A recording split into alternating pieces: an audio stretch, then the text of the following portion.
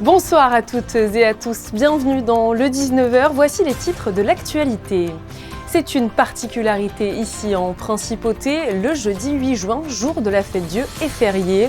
Les parois sont prévues de rejoindre demain la cathédrale en procession, manifestant ainsi la diversité et l'unité de l'église de Monaco. L'archevêque Monseigneur Dominique Marie-David répondra d'ailleurs à toutes nos questions dans quelques instants. Découvrez dans ce journal les épreuves orales du célèbre concours de langue monégasque. Elles durent environ 15 minutes et mettent à rude épreuve les 1886 élèves qui y participent. Ensuite, vous assisterez à la rencontre entre les jeunes lecteurs du coup de cœur des lycéens de la Fondation Prince-Pierre et les auteurs qui participent à ce concours. Des échanges qui vont permettre aux jeunes monégasques de mieux départager les écrivains. Avant-première séance de dédicace ou encore rencontre exclusive avec les stars du petit écran. La 62e édition du Festival de télévision de Monte-Carlo promet son lot de glamour et de surprises. Plus de détails avec Laurent Pionce, le vice-président de l'événement. Chaque année, quelques jours après la fête des mères, la princesse Charlène se rend dans les chambres du service de maternité du centre hospitalier Princesse Grace.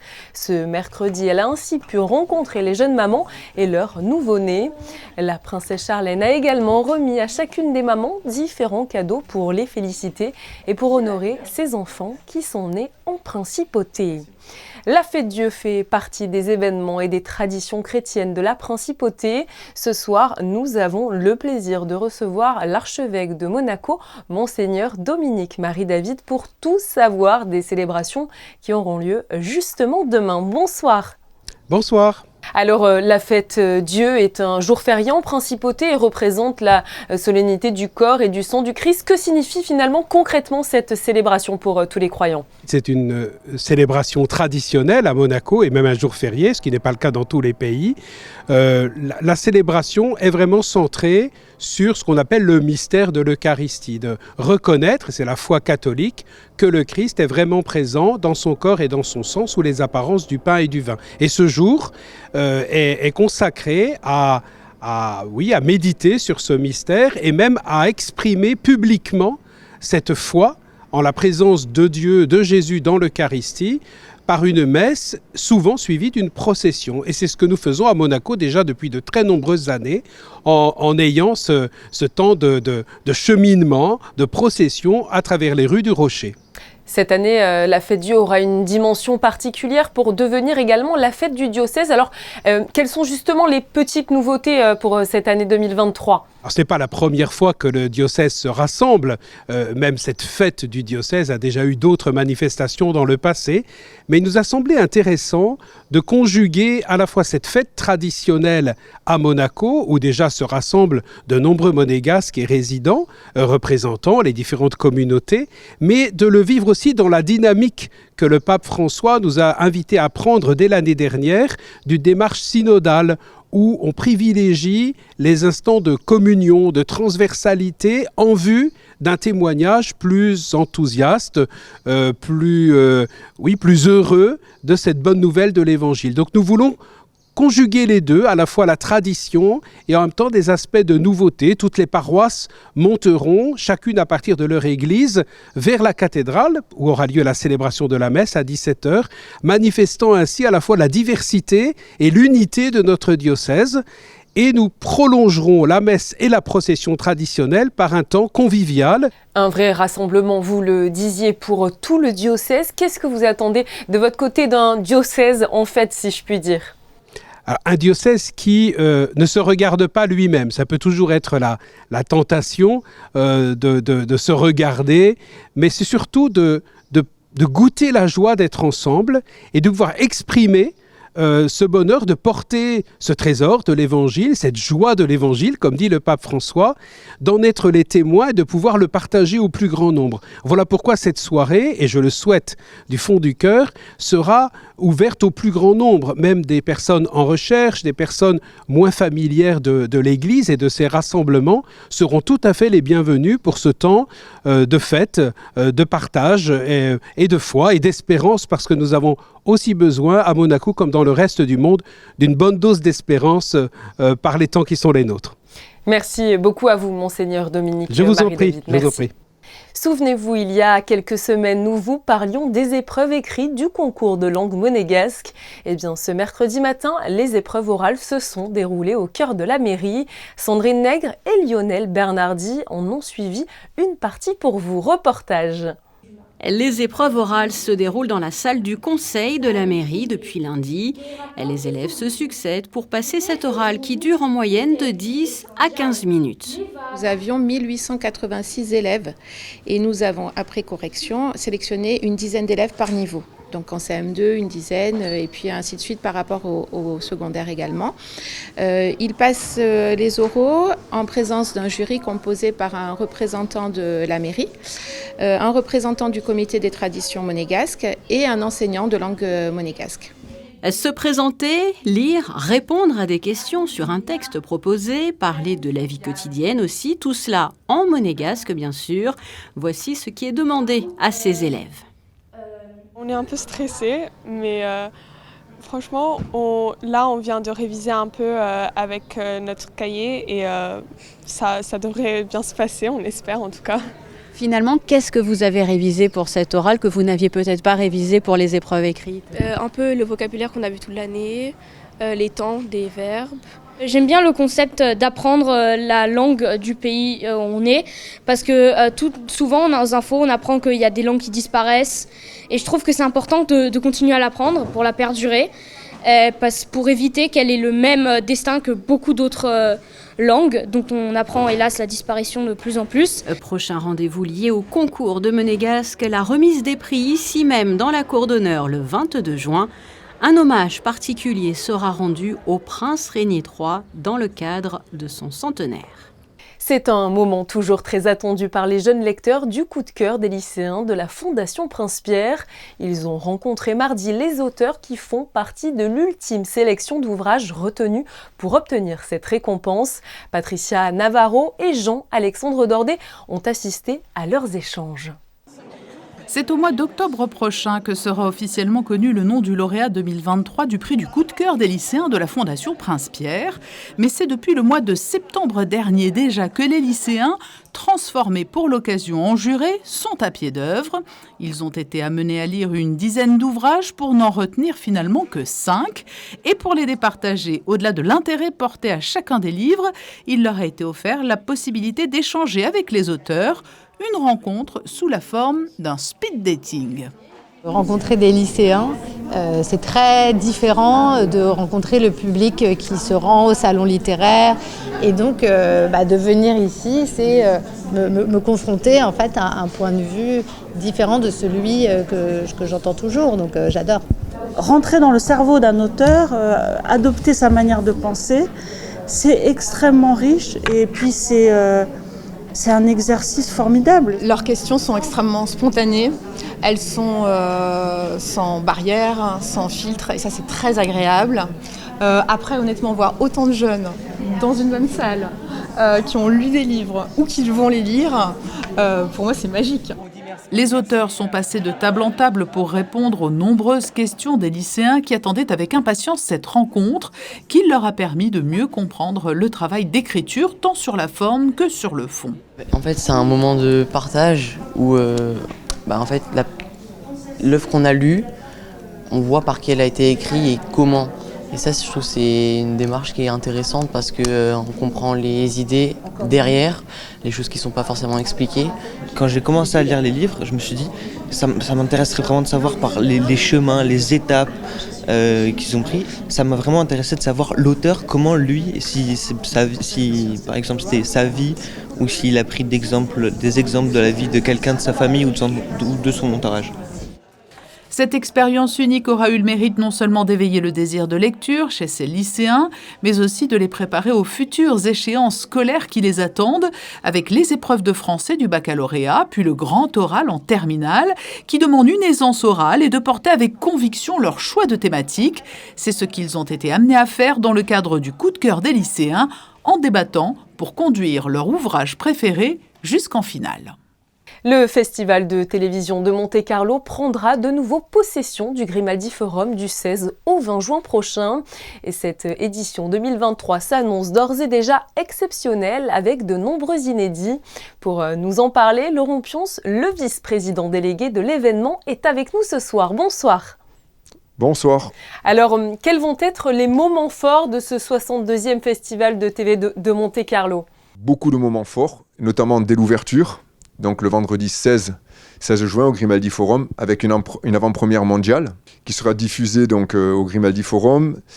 C'est une production Amazon Prime, donc une fois de plus une participation d'une plateforme digitale en présence du cast et notamment de Harlan Coben qui est le réalisateur.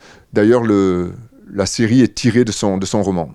C'est vrai que vous parliez à l'instant d'Amazon Prime, un petit peu de ces plateformes VOD, mais il faut toujours être avant-gardiste, je suppose, des tendances. Quelle est justement la réalité de ce marché et comment de votre côté vous arrivez à chaque fois finalement à suivre la marche ? Il est important pour nous d'être toujours les premiers parce que nous avons quand même de plus en plus de festivals en Europe qui s'installent. Donc nous, la différence, c'est que nous sommes un festival qui n'est pas uniquement dédié aux séries, il est important de le rappeler, puisque nous sommes un festival qui est dédié à tous les contenus. C'est que dans notre compétition, nous avons une catégorie fiction, mais nous avons également une catégorie actualité. Cette année, d'ailleurs, nous avons également un prix donc, de l'acteur le plus promising, qui va être remis donc, à Julia de Menez pour son rôle de Brigitte Bardot.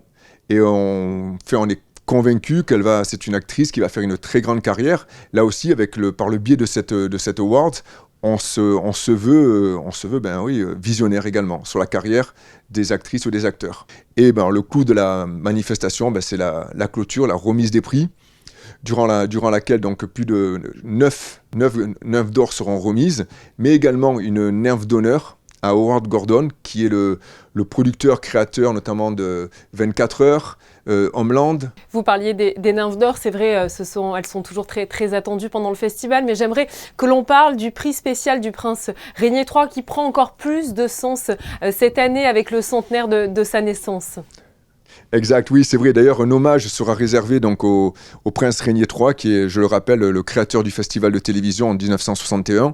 Nous aurons une petite vidéo qui va être diffusée lors de l'ouverture, mais également une exposition photo qui est installée au Grimaldi Forum et qui durera durant toute la manifestation. Ça sera un grand moment. Et comme vous le dites à juste titre, donc son prix est désormais a pris une part très importante dans la compétition, car c'est une catégorie à part entière. Un mot forcément sur le jury de cette édition avec le célèbre John Goodman qui sera président. Comment vous décririez un petit peu ce jury pour cette 62e édition ? Écoutez, je suis très content du jury. Après, donc, les membres du jury qui vont l'entourer tout au long de la manifestation, c'est un mélange de professionnels et d'acteurs ou actrices, et très international, puisque nous avons différentes nationalités. Donc il y a une sélection officielle qui est projetée tout au long de la manifestation, et ça nous permet également, dans cette sélection officielle, d'avoir un grand nombre d'avant-premières mondiales ou avant-premières internationales. Dernière question pour animer cette cérémonie. Les spectateurs pourront découvrir un duo inédit, un Américain et une Française. Est-ce que vous pouvez nous en dire plus ? Oui, alors bien sûr, donc, il y aura l'acteur Ricky Whittles, qui est un ami du festival de télévision, puisqu'il a été président, il est revenu l'an dernier. Et cette année, quand on lui a proposé donc, de présenter la soirée, il a tout de suite saisi l'opportunité. Et ça nous fait très plaisir. Et il sera également donc, en binôme avec Lena Situation, qui est une créatrice de contenu, qui est suivie par plusieurs millions de followers. Et pour nous, c'était très important parce qu'aujourd'hui, tout a évolué, comme vous le disiez tout à l'heure, par rapport au cinéma et aux plateformes digitales. Il est vrai que le consommateur a complètement changé sa façon de consommer les contenus. On veut consommer où on veut, quand on veut, et sur n'importe quel support. C'est pour ça que de plus en plus les plateformes digitales prennent de l'importance, que de plus en plus de studios lancent leur propre plateforme digitale. Et là, c'est vrai que nous, on travaille aussi avec ces nouveaux médias que l'on appelle les influenceurs, car ils apportent une visibilité énorme au festival de télévision. Merci beaucoup à vous d'avoir répondu à toutes nos questions sur Monaco Info. C'est toujours mon plaisir. Le musée d'anthropologie préhistorique de Monaco organise régulièrement des conférences. La dernière en date était avec l'historien Claude Passé. Il est venu présenter son livre « Monaco, place forte », un livre qui retrace l'architecture militaire du XIIIe au XVIIIe siècle. Je vous propose d'écouter Claude Passé au micro de Fabien Bonilla. L'intérêt de ce livre, c'est d'abord de montrer qu'à Monaco, on a un patrimoine militaire, archéologique et militaire fantastique, méconnu, qu'il faut valoriser. C'est un patrimoine militaire architectural qui s'est construit à partir de 1215, lorsque les Génois sont venus s'installer à Monaco. Ils ont construit un fort. Quelques années plus tard, ils ont construit un deuxième château, le château Neuf, à côté du ministère d'État. Le but de cette fortification, c'est du 13e au début du 15e, pour les Génois qui étaient sur Monaco, de montrer qu'ils étaient là, maintenir une présence militaire pour le port marchand du port, et pour les Grimaldi, à partir du début du 15e, affirmer leur souveraineté et leur indépendance. Donc quand on est armé, qu'on peut se défendre, eh bien là, je crois que personne n'ose trop s'attaquer à plus petit. C'est 40 ans de recherche que j'ai regroupé, j'ai invalidé des hypothèses que j'avais mises en 97 par exemple, j'ai fait beaucoup de recherches transversales, c'est-à-dire voir ce qu'on fait du côté italien en Ligurie. Prochaine conférence organisée au musée d'anthropologie préhistorique de Monaco le 10 juin à 18h avec pour thème la vallée des merveilles et les découvertes archéologiques après la tempête dans la vallée de la Roya. Sensibilita est une exposition consacrée à la pratique de la photographie sur les processus de création de l'image. Pour l'artiste, c'est un lieu d'enregistrement de ses expériences et de sa visualisation. Entre âme humaine et chimie, Renato Leotta trouve ses inspirations dans la littérature, l'anthropologie et le mythe. Je vous propose d'écouter son curateur Mariana Veselio, interrogée par Vanessa Dessy. È una mostra che raccoglie una serie di opere, l'artista lavora prevalentemente con pittura su tela e tessuto, fotografia e scultura, ma la mostra verte sulla fotografia, è una mostra di fotografie. Tecnica che l'artista utilizza per registrare gli aspetti effimeri, temporanei del mondo naturale, del mondo che ci circonda. L'artista nasce a Torino ma cresce tra Torino e la Sicilia e la sua pratica proprio si concentra su questa raccolta di fenomeni come la caduta di un frutto che traccia un solco nel terreno, come la luce di bioluminescenze del plancton ad esempio all'interno del mare, come i solchi lasciati dalle maree sulla spiaggia. L'exposition Sensibilita est à découvrir à la galerie du Quai Antoine Ier jusqu'au 6 octobre prochain. Charles Leclerc a réuni plus de 400 000 € pour les victimes des inondations qui ont eu lieu dernièrement en Émilie-Romagne.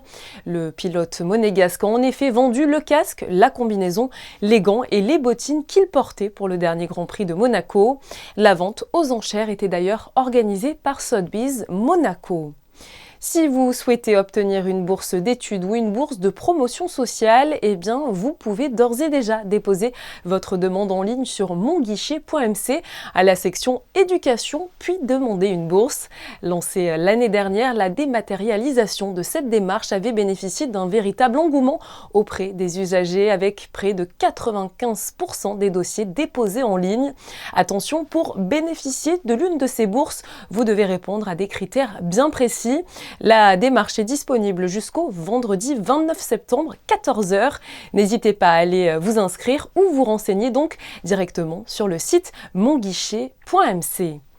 La plateforme de candidature de la 28e édition du concours de création d'entreprises à Monaco est désormais ouverte. Ce concours organisé par la GCI Monaco permet d'offrir un tremplin pour le lancement de projets innovants en principauté de Monaco.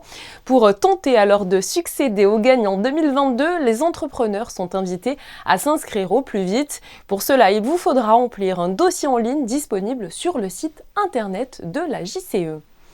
Une soirée qui s'intitule Téléthon Merci s'est tenue hier soir à la Maison des Associations. Cette réunion avait pour but de saluer les organisateurs bénévoles ainsi que toutes les personnes qui ont œuvré dans ce dernier Téléthon. Les résultats de l'édition monégasque 2022 ont aussi été dévoilés avec plus de 58 000 € récoltés. Des chiffres malheureusement impactés par des conditions météo défavorables le week-end du Téléthon en décembre dernier.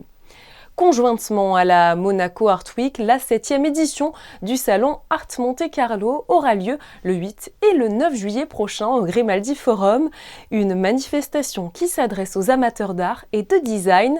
Thomas Hugues, directeur du salon, est au micro d'Émilie Terrasson sur des images d'Olivier Bonello.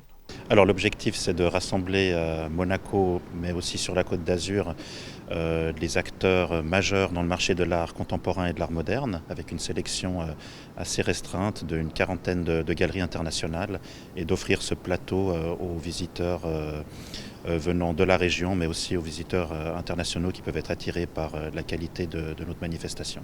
Parmi ces 40 galeries, il y a des galeries surtout européennes, mais américaines aussi. Il y a une majorité de galeries d'art contemporain, mais aussi des galeries qui proposent un programme un petit peu plus historique, je dirais, avec des œuvres allant jusqu'au début du XXe siècle. Rendez-vous donc les 8 et 9 juillet prochains pour découvrir toutes ces œuvres. Petit tour pour tout savoir de la météo qui vous attend pour ce jeudi 8 juin avec Vanessa Dessy. Bonsoir. Bonsoir Julia, bonsoir à tous. Toujours des orages sur la région, même si le soleil pourrait faire quelques apparitions.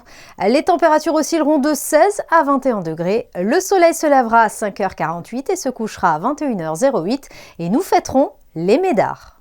Et malgré une météo capricieuse ces derniers jours, la Splash Party a eu lieu cet après-midi au stade nautique Régnier 3. Fortement appréciée par les adolescents, elle connaît un grand succès à chaque édition. Frédéric Néberger, notre photographe, vous fait découvrir le meilleur de cette journée festive. Merci de nous avoir suivis tout au long de ce journal sur Monaco Info. Demain, c'est Émilie Rousseau qui prend les commandes de cette édition. De mon côté, j'espère vous revoir très vite sur notre antenne. À bientôt.